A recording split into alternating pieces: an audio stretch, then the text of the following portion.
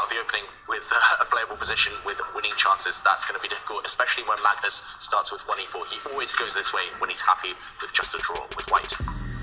But is it psychologically easier for Fabi to know that, draw is as bad as losing, so you just go all out? He doesn't have an option in this one. A draw and a loss is the same result. So he knows that he has to take those complex decisions when the time comes. Well, I think as we see, he's spending a lot of time thinking here, and he's just literally trying to work out what move can I play to give myself chances, because, but yeah, and this is risky. He knows that, this is really risky. I mean, he knows that. Every Pirates player watching saw his grimace on the Pirates, and they're like, what's wrong with my opening? Like, okay, go ahead. It's risky. Basically, it's risky. But I mean, I think this is probably the wise choice, right, Danny? I mean, and David, you've got to play something unconventional. You've probably got to take, some risks, but I like what Magnus is doing here. This line is known to be a bit of a problem for black. It's going to be so hard, isn't it, to get a playable position against someone with so much knowledge. And it's straightforward for white. That's part of the problem, too. There's not a lot of places to trick Magnus. Yeah, and the problem is Magnus employs this opening quite a lot as himself as black when he wants to win, when he wants to keep the game alive, so he knows exactly how to shut things down from the white side. And wow, Fabi is setting up in what we almost call a hippopotamus formation, something you know a lot about, Simon. I played this position as black many times, so there I am saying it's really dodgy, but I play it all the time. And what white generally does here is move the knight next to the king, and this is a really annoying system. Actually, if you just shuffle that knight over, and it's actually kind of known to be a bit of a problem with what we call the hippopotamus. Black's setup is meant to resemble a hippopotamus. Not sure I see it, but that's what it's called. And and it's maybe what Fabiano has to try. At least he keeps all the pieces on the board this way, and that's important.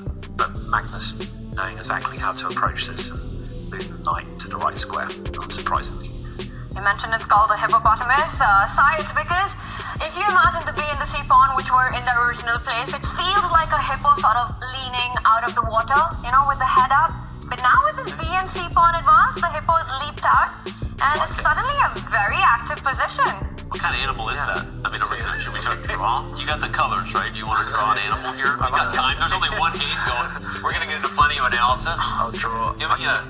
I don't know, I kind of wish this pawn was back. Like a Chinese dragon, like on the New Year. Yeah. There's a little bit of a snake thing going on here. It's more of a dragon than a hippo. I don't really Dragons see don't the hippo. exist, guys. Well, I don't know. I have seen them. Pretty sure chat said dragons do exist. Yeah, some of those Friday nights I've had, so, but it is quite risky of black pushing the pawn.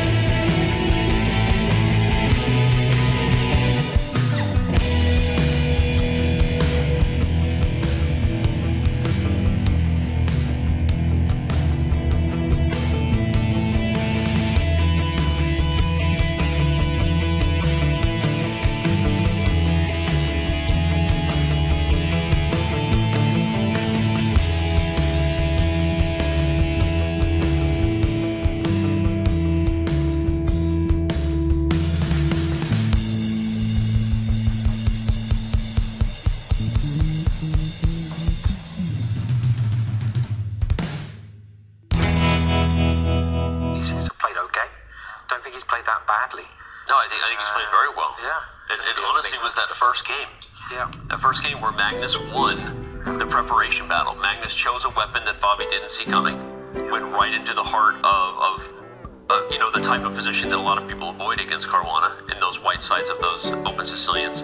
He got the dub, and then after that, it's like, now I'm just in shutdown mode, right? Match strategy for the win. And look at that, Magnus locking up the cage for that Black King, not allowing a trader pause, not allowing the Black King to centralize itself, and still mating threats persist. This one is, I think in its final stages, you can tell body language, he's getting ready to resign. Well, he's mentally, he's been resigned for a while. Yeah, they're a trainer. Oh, no. Well, he can take the bishop, can't he, if he wants to play on a little bit, but the white knight is also just dominating the black bishop as well. So I mean, if black can somehow get his bishop, I'm really just scraping the ball here, whatever the saying is. Scraping the bottom of the barrel. That's the one. Yeah. But Magnus here looking at picking up a third pawn in the position, attacking that knight. You really can't do much except trade, and 3 pawns up is what it's going to be. 4 in a minute. And once this pawn disappears, and we have 4 pawn advantage. I think Fabi will go for some stalemate idea with I was just about to say that if there's a blunder of rook a8, maybe there's a stalemate track. I think rook e4 on rook takes bishop is pretty. Oh no, the king gets that. I'm trying to lose it. I'm doing my best, but it's you can body language. You don't have to be an expert even to work this one out, right? It's okay. I mean, it's like, sometimes it is what it is when you're watching greatness, right? It's like we always want every match to end in a Armageddon comeback fashion, similar to Eternity Saga or Noterbeck, but we still got about 20,000 people watching across Twitch and YouTube and wherever else you might be. People like watching Magnus do Magnus things. Repetition there. Magnus takes it because it gets him the match victory. What a match performance this has been by the world number 1, taking down world number 3 Fabiano Caruana. Tough day.